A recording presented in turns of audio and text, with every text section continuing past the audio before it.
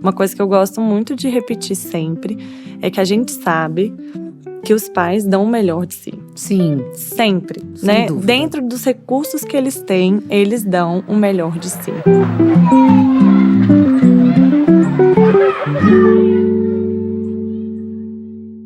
Esse é o Descomplicando Diálogos, o podcast do Colégio Indy. E aqui a nossa proposta é a gente bater papo, trocando ideias sobre assuntos importantes, relevantes, tanto para a nossa comunidade escolar, quanto para a comunidade de modo geral, né? Para os ouvintes, para quem consumiu o nosso material. É um espaço de trocas, um espaço de construção, um espaço de diálogo, para a gente poder debater a respeito de assuntos que para nós na escola são importantes, mas que a gente sabe que também são relevantes na sociedade.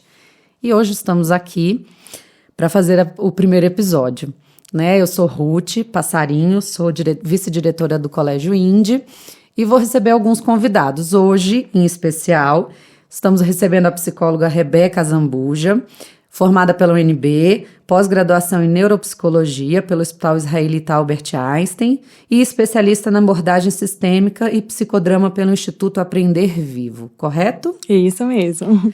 E aí eu queria que você pudesse também se apresentar um pouquinho, né? Claro, primeiro eu queria agradecer a oportunidade de estar aqui participando do podcast. É muito bom a gente estar conversando, tendo essas trocas e ampliando o máximo que a gente conseguir. Então, eu sou psicóloga, eu atuo na clínica. Hoje em dia eu atendo famílias, casais, individualmente também, a partir da adolescência e os adultos.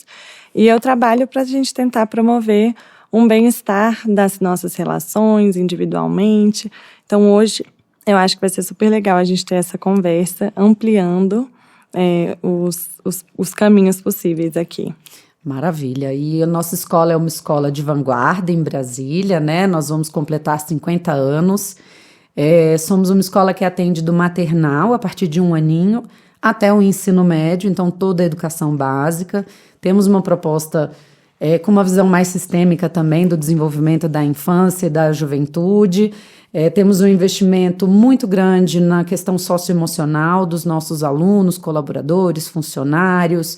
Para a gente é muito importante tratar sobre temáticas, principalmente visando qualidade de vida, saúde mental, equilíbrio, autoconhecimento, né? Eu acho que todos esses assuntos que nós vamos tratar nos episódios, eles acabam se costurando aí em relação a isso. E hoje, o nosso tema é parentalidade, né? Vamos estrear com o que a gente mais gosta de falar, porque é importante para a gente entender como que as famílias podem se cuidar, se ver os pais, né, os responsáveis, para se nutrir de boas referências, de boas práticas, né, e de crescerem também, porque ninguém nasce sabendo tudo, né?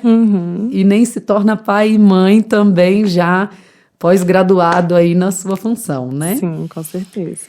E aí, Rebeca, a gente trocou uma ideia antes, né, um pouquinho. A gente tem aí algumas perguntas, alguns temas geradores, mas antes da gente começar, eu queria que você pudesse falar um pouquinho sobre como é esse processo de vamos dizer, uma consultoria aos pais, de explicar assim, como melhor exercer a sua parentalidade, né? Então, se você puder dar uma pinceladinha nisso, acho que seria legal. Claro, com certeza. Uma coisa que eu gosto muito de abordar quando a gente está falando da parentalidade, que eu acho que é super importante, é que quando a gente fala de parentalidade, a gente amplia o foco. Geralmente, quando a gente pensa assim, né, nas crianças, no desenvolvimento, elas acabam ficando como o único foco. A gente se preocupa muito com as crianças, a gente tem que se preocupar, né, claro. Mas quando a gente fala da parentalidade, a gente amplia também esse foco para os pais, né? Então, eu acho que assim, eu acho que a ideia que eu pensei aqui hoje é muito trazer esses pais para pensarem sobre si também, né? Não só nas dificuldades que eles têm com as crianças, mas o que para eles, como adultos, pode ser mais difícil, né? Então, acho que esse ampliar o olhar, entendendo que quando a gente pensa no desenvolvimento das crianças, a gente precisa também se preocupar com o desenvolvimento e a saúde dos pais e dos adultos. Sim. Né? Então, essa visão geral é uma coisa que eu sempre gosto de trazer, né? Os pais como uma ferramenta potencializadora do desenvolvimento das crianças, potencializadora das mudanças, do bem-estar, né? Então, acho que isso é uma coisa que eu sempre gosto de trazer e de falar, assim. Maravilha, e eu acho que é super importante, né? Uma escola não é construída só de alunos e professores, né? Na nossa escola, especialmente, a família faz bastante parte desse processo, são parceiros mesmo na construção de toda essa subjetividade que é adquirida na infância e lapidada na adolescência, né? Para a gente ter o grande objetivo final, que são as competências para a vida, Sim. né? E não apenas os saberes que a gente vai adquirindo na sua convivência escolar, na sua frequência escolar. Afinal, são muitas horas dentro da escola, muito tempo como estudante, e os pais precisam desse suporte também. Com né? certeza, com certeza. E é muito interessante, assim, a gente vê as famílias nos buscarem como referência, né, e nos respeitando bastante. Então, quando a gente faz encaminhamentos, quando a gente conversa de forma produtiva, reflexiva, sempre se tem uma abertura muito grande nessa escuta. Então, a gente percebe que hoje, na sociedade, os pais estão buscando mais apoio, mais informação, mais esse cuidado, né, de investimento em si mesmo, para a qualidade da relação familiar, da relação entre casal, né, com os filhos, nas diferentes faixas etárias, porque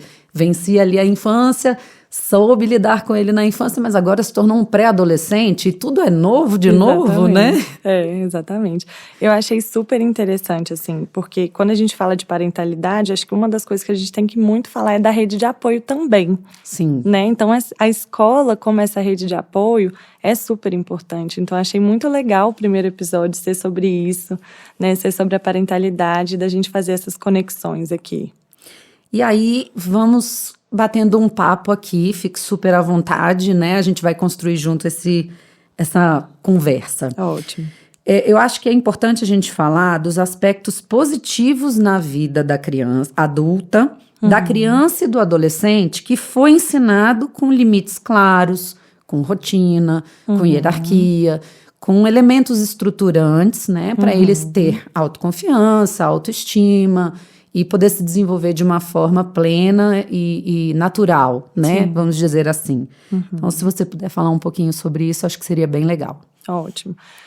A gente vê que o adulto, que ele teve esses limites bem estabelecidos de forma amorosa, né, durante a sua infância e a sua adolescência, ele se torna uma pessoa que ele consegue ter justamente esse olhar ampliado que a gente estava falando, né? Então, ele olha para si, para as suas necessidades, mas ele também vê o contexto em que ele está, ele vê, né, as outras pessoas que estão com ele. Então, ele tem esse olhar mais ampliado que possibilita para ele ter, tanto individualmente, benefícios, né? Então, por exemplo, de olhar para si e se regular diante de situações que são frustrantes na vida adulta, estressantes da vida adulta, né? Ele tem essa capacidade de ter essa regulação emocional, enfim, de regular as ações diante das emoções que a gente sente como adulto, né? Então, tem esse aspecto positivo para o nível individual, né? Psicológico e emocional, e também para as relações, né? Ele se torna aquele adulto que ele sabe conviver em sociedade, né? Que ele sabe que, a depender do contexto, ele vai se portar de uma forma, né? Às vezes ele vai ter que equilibrar aquilo que ele quer fazer naquele momento, que ele acha que é o melhor, mas que o contexto às vezes não permite. Ele vai ter essa flexibilidade também de falar, ok, vamos ver aqui então o que é possível aqui, né? Então, acho que isso dos limites desde a infância, é super importante para a gente, quando for adulto, ter essas capacidades, né? A rotina é uma coisa que, às vezes, a gente fala, a criança precisa muito de rotina, mas nós adultos também precisamos, né? É muito estruturante para a gente também, né? Ter uma rotina, e é um hábito que a gente começa lá na infância. Então, tudo que a gente planta lá na infância, quando a gente chega na vida adulta, a gente está colhendo os frutos daquilo. A gente consegue gerir melhor o nosso tempo, né? Consegue planejar os nossos... fazer planejamentos que eles conseguem ser mais flexíveis no sentido de se surgir algum imprevisto, alguma coisa, a gente consegue ter a flexibilidade de ajustar, né, e refazer aquele planejamento, reorganizar, tudo isso, né, plantadinho lá na infância que o adulto colhe no futuro, né? São os recursos emocionais que a gente vai ensinando, né, para quando ele precisar lançar mão de situações mais complexas, mais desafiadoras, ele ter ali um repertório para poder aplicar de uma forma mais saudável, mais equilibrada, isso, né? Uhum. E é dentro disso que você falou, né? Os limites, eles muitas vezes são desafiadores de serem impostos pelos pais, né? Muitos pais têm receio de traumatizar os filhos ou de serem demasiados na punição ou na construção dos limites, né? Porque nem sempre tem a punição envolvida, né? De exercer com firmeza seu papel de orientador, de instrutor, de limitador, muitas vezes, né? E a gente percebe que corre-se um sério risco aí de também ser muito permissivo, né? Então, achar esse equilíbrio entre o limite e a permissividade, né? Ter um bom equilíbrio disso é fundamental, porque é muito comum na escola a gente ver, às vezes, crianças ou jovens que ficam muito perdidos de não ter, né? Aquele que deveria trazer um limite, trazer uma rotina e me ajudar a construir, a viver com isso, para depois, quando eu for adulto, eu conseguir me administrar, eu conseguir ser produtivo, eu conseguir, né, ter plenamente a minha função dentro da sociedade, né, no emprego, na vida conjugal, na vida parental, enfim. Sim. A gente não precisa ter medo de exercer o limite, né? Ele pode ser super amoroso, super gentil, mas ele é necessário que aconteça, né? Com certeza. Eu penso isso que você fala, né, assim, é muito interessante, porque esse limite, esse equilíbrio, na verdade, entre o limite autoritário, né, que é muito rígido, que é uma hierarquia muito marcada, que não leva em consideração nada que a criança está falando, e a permissividade, que a criança pode fazer tudo na hora que ela quiser.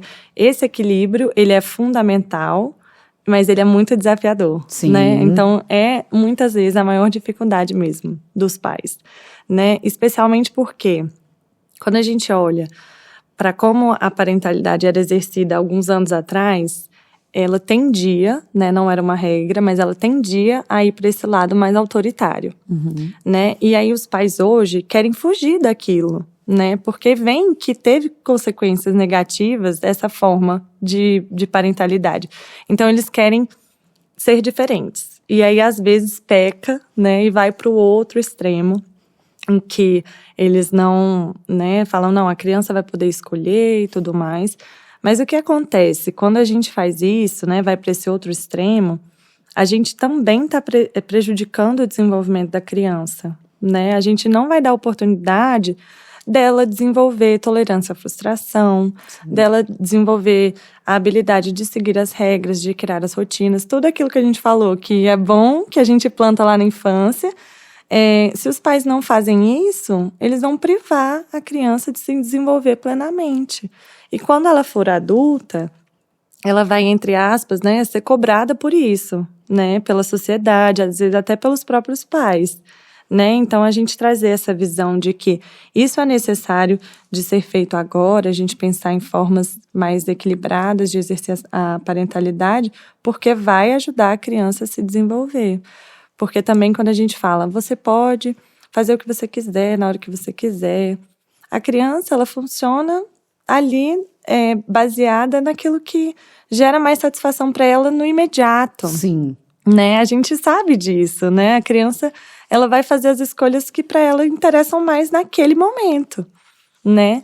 Então, ela não vai pensar nas consequências a longo prazo. Quem tem que fazer isso são os pais, os né? adultos. Os adultos, né? Exatamente, os adultos. Dentro disso que você está falando, a gente conversou um pouquinho ontem também sobre o preparar para a sociedade, né? O preparar essa criança, esse jovem, para ser um adulto funcional, um adulto próspero, né? Uma pessoa produtiva, uma pessoa que vai ter seus prazeres na vida, suas satisfações, busca do seu sucesso. É isso que a gente deseja, né? Para todos. E muitas vezes é muito comum a gente ver os pais um pouco perdidos assim. Vou dar um exemplo. Tá. Né? Ah, filho, vamos guardar os brinquedos. Na escola, a professora vai dizer assim, pessoal, tá na hora de guardar os brinquedos. Seja quem tiver brincado com aquele brinquedo A ou B, todo mundo vai ajudar a guardar, porque ali a gente ensina para todos, Sim. né? Mas em casa, se você cria muitas possibilidades de escolha ou de muita negociação com aquela criança, tem um sofrimento para quando ela chega no contexto social, porque aquilo não vai se encaixar num contexto que tem que acontecer para 20, para 25 crianças ou mais, né? Enfim, ou que sejam 5 crianças, né? Então você chega em casa e fala assim, não, então que tal se você guardar o amarelo e eu guardo o azul? Aí a criança vai e guarda só o amarelo. Já acha que contribuiu muito e fez muito, sendo que só ela brincou com aqueles brinquedos, né? Então tem um pouco também uma falsa ideia de que se você te convencer muito, negociar muito, você está ensinando aquela criança a ser um bom negociador, um bom argumentador. E às vezes a gente percebe que não é bem por aí, né, que a coisa caminha.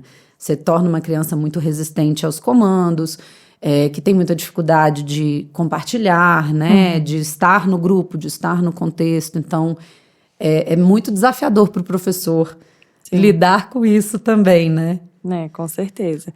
E aí é o que eu acho que é importante, né? A gente pensar que os pais também são responsáveis por passar para as crianças, né, assim, os valores que eles têm dentro de casa e como isso é uma cultura familiar e os valores que eles têm em outros lugares, as responsabilidades também que são ampliadas. Né, assim, o mundo da família, ele existe, ele é muito importante, a gente valoriza muito, mas lá fora como a gente se comporta também, né, então, coisas assim, de, ai, não, nossa, não sei porque ele tá fazendo isso, em casa ele faz tudo tão direitinho, mas é porque em casa são outras regras. Então a gente tá sempre mostrando para as crianças que tem os ambientes privados de casa, que as coisas funcionam de uma certa maneira e lá fora são outras necessidades. Então vai precisar funcionar diferente também, né?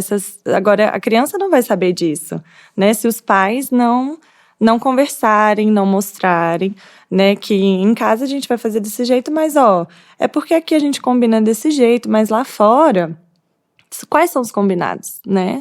Como que é lá na escola? Porque aí a gente tem que ampliar esse olhar para a comunidade, para a sociedade que a gente está vivendo, né? Sim. E aí vai essa ideia de flexibilizar o pensamento, assim, né? De a gente ajudar as crianças.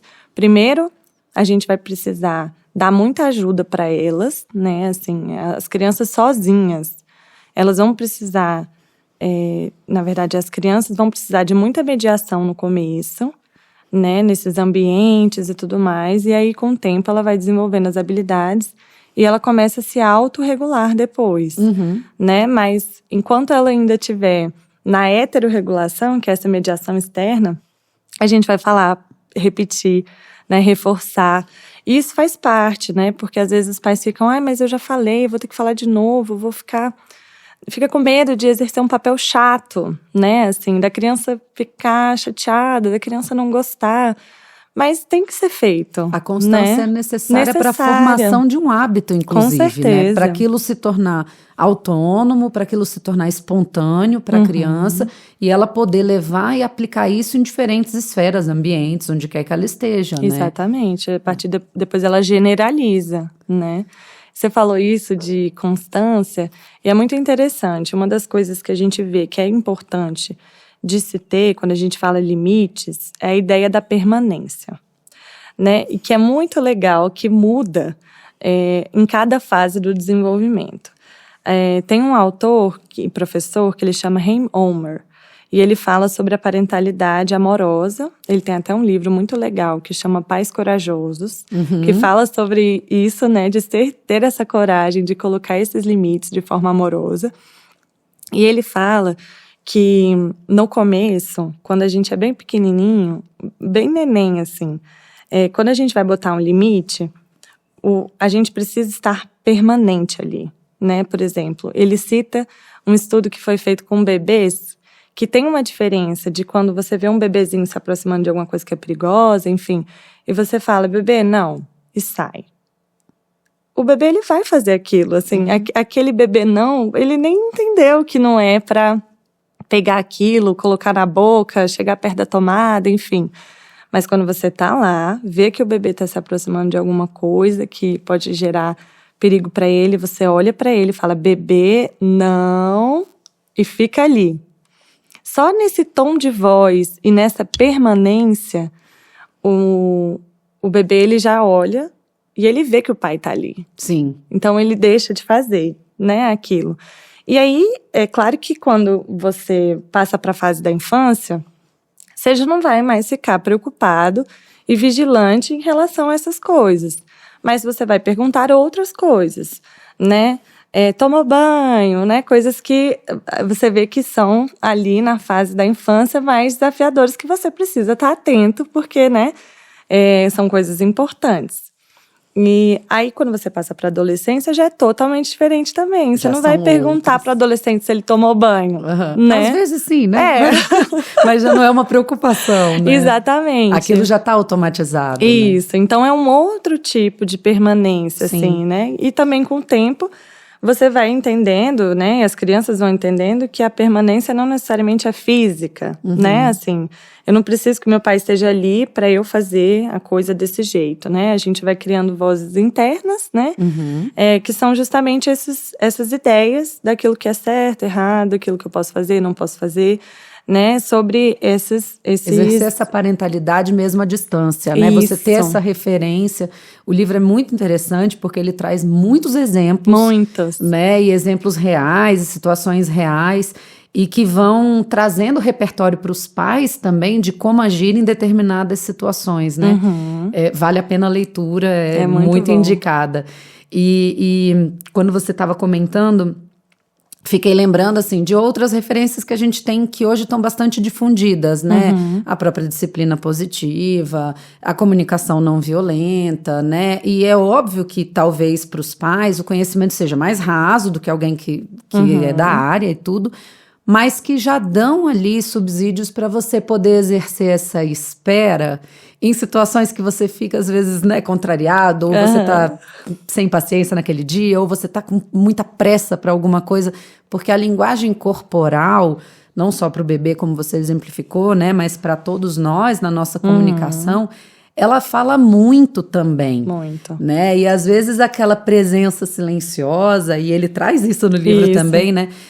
Ela é tão impactante, tão importante para exercer assim, eu tô aqui, né? Se der errado, ou se você, se alguma coisa sair do percurso que eu esperava como pai e você me apresentou uma coisa diferente, mas a gente tá junto, né? E é tão bom poder saber que a gente pode ser a pior coisa que a gente esteja fazendo, seja botar o dedinho na tomada ou uma transgressão maior, saber que a gente tem o suporte dos pais, que muitas vezes, às vezes, não sei o que fazer com isso agora. Vou ter um tempo aqui para poder, né, identificar que eu não sei todas as respostas. Também é uma forma de mostrar que segurança para os seus filhos, com certeza, né? Com certeza. E eu fiquei pensando nessa ideia, como a gente pode usar a escola para ter essa ideia da permanência também, do cuidado. Né? Porque a gente, por exemplo, a criança pode passar muito tempo na escola, dependendo, né, do formato, se é integral, enfim. Então, essa ideia, né, de que na escola a gente também tem pessoas que estão cuidando das crianças, que estão observando elas, que estão tendo esse cuidado vigilante, que é o termo, né, que ele usa no livro, não no sentido de ficar vigiando, né, de próximo, assim, no sentido ruim, de que eu estou querendo ver se você faz alguma coisa errada ou não, né? Não nesse sentido, mas assim... Do cuidado, exatamente, né? Do cuidado. eu tô aqui, eu tô olhando, eu tô vendo como você tá hoje na sala, né? Eu tô vendo que, opa, hoje aconteceu alguma coisa ali no recreio, né? Então, ter essa noção, né, de que o olhar e o cuidado, ele tá ampliado. Não, ele tá em casa e ele também tá na escola, né? Isso é muito legal, a escola como esse... Poder contar com essa rede de apoio, Isso, né? exatamente. Saber que está sendo um espaço seguro, um espaço confiável, né? Um espaço que vão me acionar se eu precisar de alguma... Isso. Ser chamado, acionado e vice-versa. E dentro disso, eu acho que a gente vai para um segundo aspecto gerador aqui do nosso bate-papo. Vamos lá. A gente falou bastante de responsabilidade dos pais, né, em relação a esse papel parental, mas tem uma coisa que é interessante a gente pensar, né? Quais as consequências para uma pessoa que viveu uma inversão de papéis em relação aos seus pais durante a infância e a adolescência, né? Por exemplo, situações em que os filhos muitas vezes batem nos pais, né? Quando se sentem contrariados ou quando simplesmente manifestam um não querer alguma coisa, como você citou, o banho, ou entrar na sala, ou vestir um uniforme, ou parar de brincar, ou desligar o desenho, seja lá o que for que ele esteja fazendo de prazeroso para ele, ele manifesta dessa forma, né? A gente percebe, assim, num olhar longitudinal, né? De quem está na escola tem esse privilégio, né?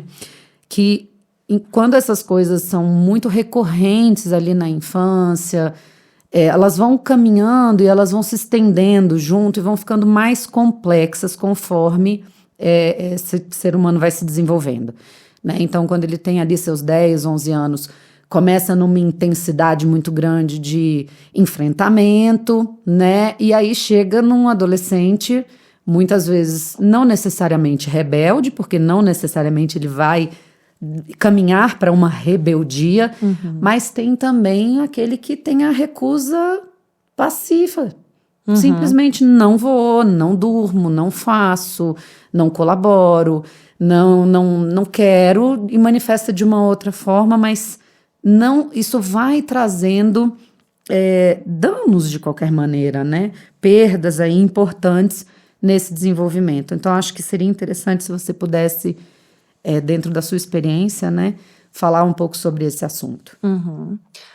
Eu acho que essa é uma das questões mais complexas que a gente vê, né? Assim, porque às vezes é como você falou, é gradual, né? As coisas vão acontecendo gradualmente. Quando a gente vê, já está num lugar que a gente fala, gente, eu nem sei agora como sair daqui, né? Como sair dessa posição que o meu filho manda na casa, né? As coisas são feitas por ele, assim, né? No sentido de tudo gira em torno dele. O que a gente vai comer hoje? Escolher o menu do dia, enfim, que parecem coisas tolas, bobas, né?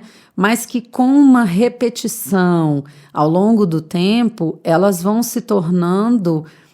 tem até uma charge, né, do bebê imperador, né? E aí não é só o bebê que é o imperador, né? A criança, e essa criança vai crescendo e vai se sentindo cada vez mais empoderada disso, né? Então, diante disso, assim, coisas que a gente pode fazer, né? Bom, as consequências, acho que você acabou citando muitas mesmo, né? Começa a virar essa pessoa que quer as coisas do jeito que ela quer, né? E, enfim, isso tudo vai gerar as consequências outras de ser uma pessoa inflexível, de ser uma pessoa que não tem o convívio social, porque quando a gente vê e fala... Isso é muito interessante, né? Na família, às vezes, acontece isso, mas essa criança, quando ela vai brincar com outras, as outras, às vezes, falam... não, eu só quero se for assim, não sei o que. As outras falam, então... Não vai ser assim, né? Assim, então, às vezes, ela pode acabar ficando sozinha nesses contextos que tem os pares, né? Porque isso é muito interessante. Os pais ficam com muito medo de exercer essa hierarquia nos momentos que tem que exercer, né? Com medo deles ficarem ali. Não, porque eu sou amigo do meu filho. A gente conversa muito sobre as coisas, a gente divide tudo igual. Mas é diferente. Você é pai e ele é filho. Isso. Né? Tem momentos que você vai ser pai e ele vai ser filho. Tem momentos que o pai vai mandar e o filho vai obedecer. E uma coisa que é muito interessante, que a gente gosta de fazer assim e trabalhar é os direitos e deveres. Porque quando a gente pensa nisso, todo mundo tem direitos e deveres. Perfeito. Né? São diferentes? Sim, são diferentes, né? Os adultos têm uns, as crianças têm outros, os adolescentes têm outros, mas todo mundo tem esses direitos e deveres, né? Então, é uma estratégia que a gente pode usar, né, para evitar que esse tipo de coisa aconteça, que as crianças e os adolescentes fiquem nesse lugar de eu tenho direito nisso aqui. Eu sou criança, eu tenho direito de escolher tudo que eu quero, de fazer no tempo que eu quero, porque, né? Então, quais são os seus deveres também, como filho, né? E pais, quais são os seus deveres como pais? Porque quando a gente para escrever, os pais sempre colocam educar. E a gente reflete em cima disso. Como é essa educação? Né? Então, são pontos de reflexão. E quais são os direitos dos pais também? Isso é muito legal de pensar, né? Eu citei o dever aqui, mas e os direitos dos pais? De terem o seu momento de individualidade, né? Ou de casal, né? De terem seu espaço também respeitado, de poderem ter um espaço tranquilo, por exemplo, de trabalho em casa, quando está trabalhando de casa, né? Coisas que a gente tem que começar, que a gente pode, na verdade, começar a conversar com as crianças desde cedo, para evitar essa inversão de papéis, né? Para que tenha colaboração, tenha cooperação, né? São todos pertencentes àquela família, àquele espaço. E como que isso se reflete depois na escola, no emprego, né? Na sociedade. Então, é óbvio que a gente quer que eles argumentem, que eles perguntem, que eles tenham criticidade, né? Mas por que eu tenho que fazer isso? Eu acho que isso é super importante. É muito válido que eles exerçam isso, mas os pais precisam sustentar o lugar de referência, de segurança, de comando, né? E às vezes errando mesmo. Isso. Não, você vai fazer isso porque eu acho que isso é importante para você. Depois eu posso até refletir e poxa, não, né? Não precisava ter sido assim, nós vamos fazer diferente a partir de agora, né? Mostrar que erra e lidar com o erro de uma maneira construtiva é uma referência super importante também. Muito. Né? Na experiência como orientadora, né? Como coordenação escolar, às vezes a gente lança a mão de algumas estratégias que eu acho que você também lança em consultório, né? Não tem muito uma receita de bolo, mas é construir junto, assim. É interessante isso que você colocou. Quais são os direitos, quais são os deveres e quais são as obrigações. Isso. Porque às vezes tem coisas que a gente não gosta de fazer, mas a gente tem que fazer pelo bem comum, pelo bem-estar do outro, pelo nosso bem-estar, né? Então, o que uma criança de 0 a 3 anos consegue colaborar e contribuir para o funcionamento da casa? Porque com essa idade na escola, ele também será acionado para contribuir para o grupo, para a turma, né? A mesma coisa dos 6 aos 10, na própria adolescência, porque vai tendo uma graduação, né? Eles vão tendo outras coisas por terem mais repertório, mais competência, mais habilidades, mais possibilidades, mais entendimento de fazerem cada vez mais, né? Para serem adultos prósperos e funcionais. Acho que o grande objetivo é esse, mas principalmente porque quando estão no contexto coletivo, né, seja até em família, às vezes num almoço de família, numa reunião de família, né, sai ali do micro e aumenta um pouco essa convivência. E quando você está na escola, né, porque você tem a relação das crianças daquela turma, tem a relação daquela turma com outra turma, com um segmento, tudo vai ampliando e é ali que eles vão experimentando o que é viver em sociedade como adulto, né? Num espaço que eles podem errar, que eles vão ser acolhidos, que eles vão ser compreendidos, orientados, com muito carinho, com muita gentileza, assim como em casa, né? Então, gosto de fazer essa correlação, né, da importância e da validação daquilo que a gente faz em casa arduamente, da repetição, da constância, muitas vezes errar, perder a mão, aumentar a voz, isso faz parte também, né? É uma construção para que eles possam ter essa possibilidade de serem mais leves até quando estão em um contexto social, né? Não se cobrarem tanto, não quererem ser tão perfeitos ou quererem moldar o funcionamento, as coisas para funcionar do jeito que fica melhor para mim, né? Porque aí acabam sendo vistos como pessoas egoístas, como pessoas individualistas, né? E quando você é um pouco assim, você tá num contexto em que o grupo funciona diferente, você se sente deslocado. Sim. E naturalmente você se afasta, né? E aí já cria uma dificuldade de ser inserido, por mais que a gente invista em tudo isso, né? Falando disso, a gente vê também um receio muito grande dos pais traumatizarem os filhos, né? Ou de frustrar os filhos. Eu sei que a gente já falou um pouquinho sobre isso, mas acho que dá pra gente aprofundar nesse assunto, né? Muitas vezes eles têm medo de fazer, como você disse, né? Querem fazer diferente do que viveram enquanto filhos. Mas não significa que o seu filho vai viver o mesmo trauma que você viveu, né? Ou a mesma frustração. E não necessariamente os traumas só trazem o aspecto negativo da vivência que ele tem. Enfim, vou deixar você falar um pouquinho. Tá ótimo. Eu acho que essa questão, né, do medo de traumatizar os filhos e tudo mais, vem muito desse passado mesmo, né? Como a gente estava falando. Eu trago uma coisa como pai que vem da minha história, né, algo que eu vivi no meu passado, que eu identifico que não foi legal, e eu projeto isso, o medo disso acontecer com os meus filhos, né? Então, é um fantasma, né? Assim, o medo do trauma, ele às vezes vem como um fantasma da história. E aí uma coisa que é super importante quando a gente está falando de parentalidade é a gente fazer esse olhar reflexivo sobre como foi você filho, né? Porque isso influencia quem você é pai hoje. Sim, né? Certamente. Mas fazendo com esse olhar que um pouco que você trouxe, assim, né? Do que eu vivi como filho que foi bom, e, né? Assim, que eu quero reproduzir, que é interessante, que me ajudou.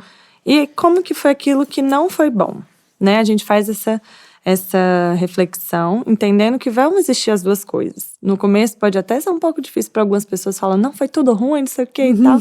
Mas quando a gente mergulha um pouco, a gente vê, né, que tiveram algumas coisas que foram boas.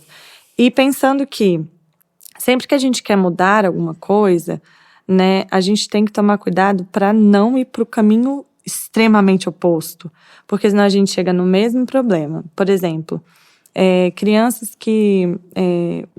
pais que na infância foram muito reprimidos, assim, né, não tinham liberdade de falar e tudo mais, e aí crescem e ficam com esse receio de falar, né, isso é a consequência, por exemplo. E aí quando eles têm filhos, eles se tornam super abertos, né, e querem que o filho fale tudo, e aí força uma barra, porque a gente sabe, por exemplo, que tem coisa que a criança vai falar pro tio, que ela vai falar para a professora, né? Mas que pela função de pai e mãe, não sei se eu quero falar isso para minha mãe, eu vou falar para um outro adulto de referência importante.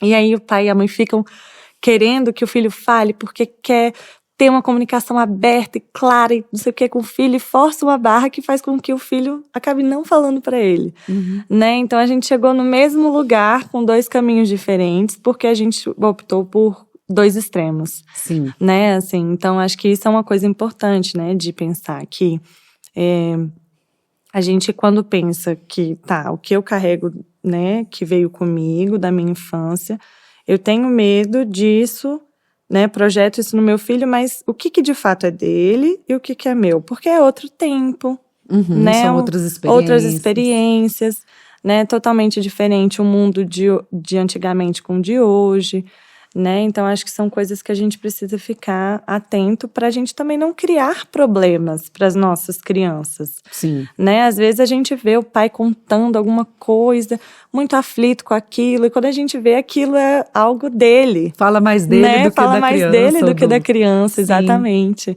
É mais difícil para ele lidar do que o próprio filho está encarando a situação. Isso. Né? E quando a gente pensa em família, isso acontece muito, por exemplo, na adolescência. Bem como a gente tem as nossas fases do desenvolvimento, né? A gente na infância, adolescência, adulto, na fase idosa, a gente também passa pelo ciclo de vida familiar. Uhum. Então, a gente tem um momento que a formação de um casal, né? Se esse casal opta por ter filhos, o casal com filhos pequenos, o casal com os filhos adolescentes, casal lançando os filhos para o mundo, e depois o casal já na vida tardia, né? Sem os filhos em casa. Então, a gente tem essas fases também. E quando a gente passa, por exemplo, a gente olha para a etapa da família com adolescentes, né? Com filhos adolescentes, é como se toda a família vivesse esse momento da adolescência. Né? A gente fala, a família toda tá nesse adolescer, tá vivendo esse adolescer, né? Então, aí os pais trazem muito da história, como fui eu na minha adolescência, né? E isso pode ser super rico quando é conversado, né? Nesse sentido, não de na minha época era assim, tem que ser assim na sua, mas nessas trocas, né? E trocas de experiências, tanto as positivas quanto as negativas, essa conversa, esse diálogo, né? O que eu faria, né, nessa situação, talvez hoje, óbvio, né, eu como adulto, o que eu faria nessa situação, eu ensino uma coisa, mas quando eu era da sua idade, vivi uma coisa parecida, e aí agi assim, né, e teve tal consequência. Será que se eu tivesse experimentado dessa forma, teria dado certo agora, né? Porque é natural que haja um afastamento mesmo, né? Os pais começam como grande referência, daqui a pouco eles não são tanto, mas a gente tem essa projeção da gente nos filhos, como a gente comentou um pouco atrás, e ao mesmo tempo isso vai virando, daqui a pouco vira até um motivo de alegria e de orgulho. Puxa, meu pai foi assim, minha mãe foi assado, né? Hoje eu sou uma pessoa assim, porque tive eles como referência, né? Então, vai dando uma volta, com né? Essa coisa. E a gente está falando de algo que são os ritos de passagem, né? Que são os lutos, que são o crescer, né? As perdas e os ganhos, obviamente, que o crescer traz, né? E quando você fala... Quando a gente tem um filho pequeno, todo mundo vive embebido naquela infância, daqui a pouco naquela adolescência, né, na fase adulta. E é muito interessante, porque a gente se vê nos filhos.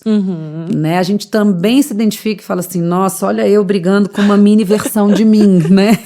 Igualzinho como eu fazia e tudo. Tem uma nostalgia também, né? Enfim, e o quanto que são importantes esses ritos, né? Muito. Eu acho que é válido a gente também pensar e refletir sobre isso, né? E partindo aqui já para as partes finais do nosso bate-papo, que tá uma delícia, se a gente continuar aqui, a gente não para, né? Sim. O que os pais podem fazer quando eles não sabem o que fazer?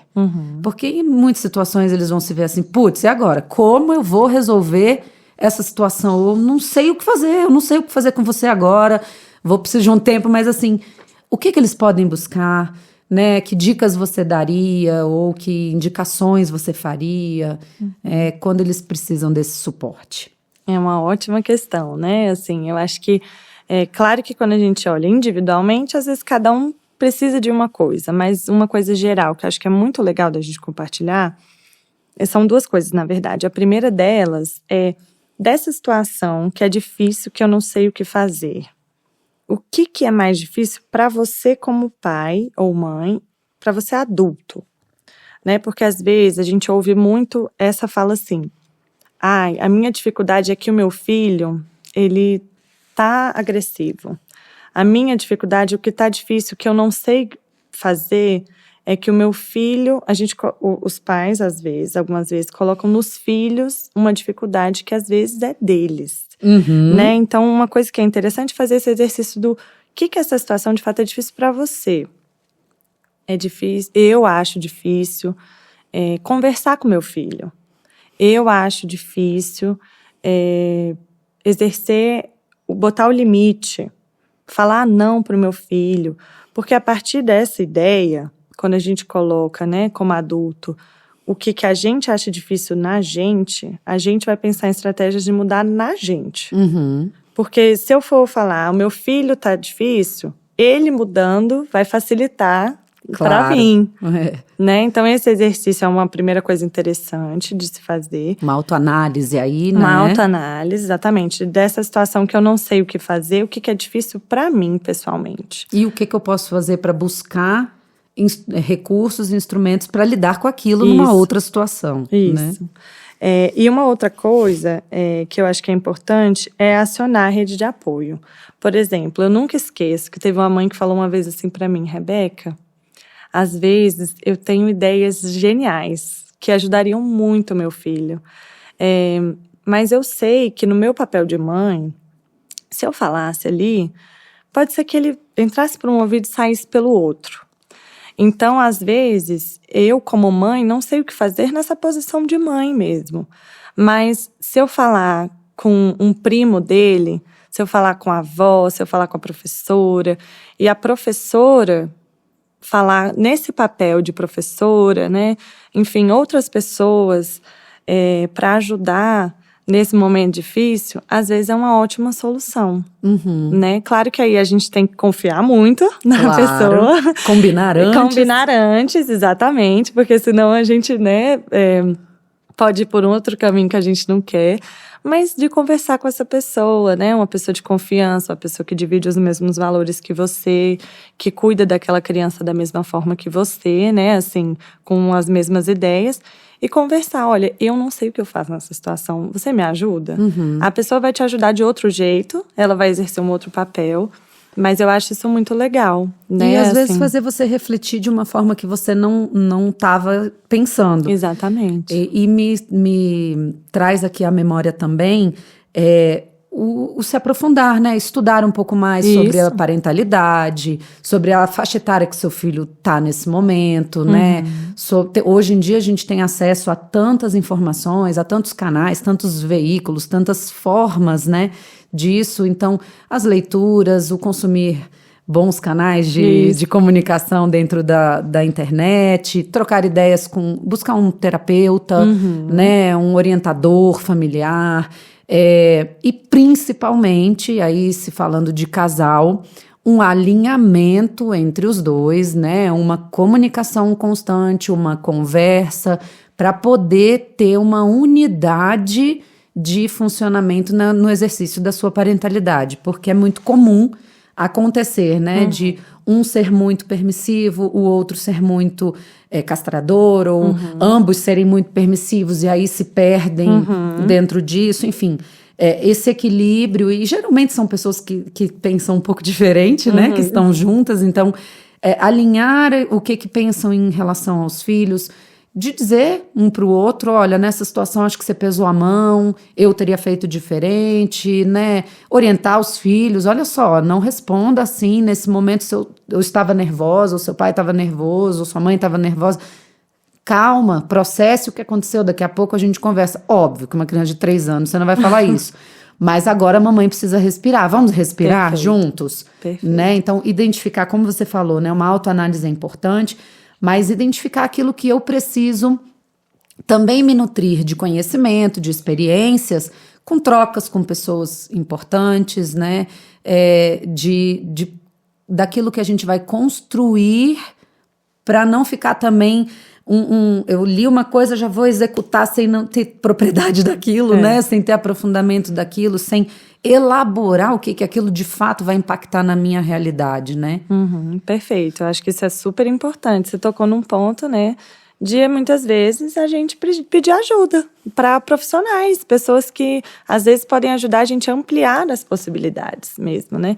Uma coisa que eu gosto muito de repetir sempre é que a gente sabe que os pais dão o melhor de si. Sim. Sempre, Sem né? dúvida. Dentro dos recursos que eles têm, eles dão o melhor de si, né? E que, às vezes, quando eles vêm buscar essa ajuda, eles falam, eu não consegui. Né? A gente fala, não, você conseguiu muitas coisas. Daqui a gente vai pensar mais possibilidades. Legal. Né? Outras, diferentes, mas não quer dizer que você não conseguiu, que está fazendo errado, né? Assim, essa ampliação que às vezes é necessária, né? Essa busca por algo mais específico, mais aprofundado, né?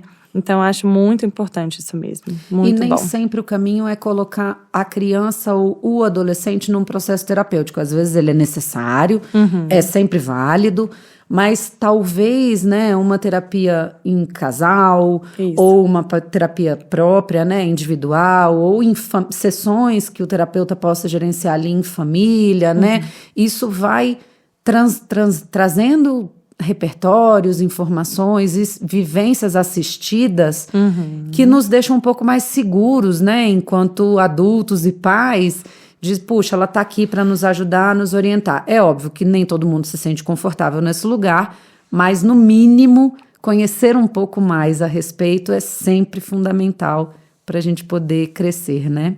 Com certeza, com certeza. Acho esse convite de estar aberto muito importante. Né? E aí depois eu vou pegar com você algumas dicas, alguns títulos, né, pra gente colocar também aí na indicação para quem, os nossos ouvintes, né? Ótimo. Pra gente poder caminhar dentro disso. Lá na escola, a gente tem um acervo na biblioteca só de parentalidade para os pais, para os funcionários também, né? Para que eles possam alugar os livros, fazerem essas leituras. Das mais diversas possíveis, né, e a gente poder ir crescendo junto, né. Então, acho que foi um excelente bate-papo, daria pra gente continuar bastante assunto aqui, que tem muitas ramificações, com né. certeza.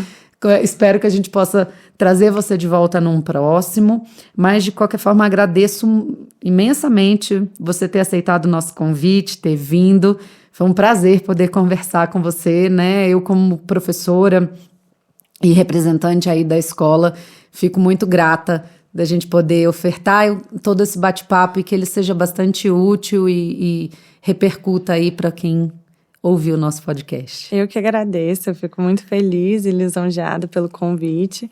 E eu acho que é sempre bom a gente ter essas trocas, né? A gente ir produzindo os conhecimentos em conjunto. Eu acho que isso é o mais rico, né? Então, espero que também seja produtivo para quem for ouvir a gente. E, com certeza, eu topo, né? Os convites futuros, eu acho sempre muito importante. Muito obrigada. Nada. E também, para quem tiver interesse, a gente deixa o seu contato, né? Perfeito. Ainda não sei a forma, porque é novo para mim, mas a gente vai dar um jeitinho de comunicar para quem tiver essa vontade de conhecê-la um pouco melhor. Maravilha, maravilha. Muito obrigada. Eu que agradeço.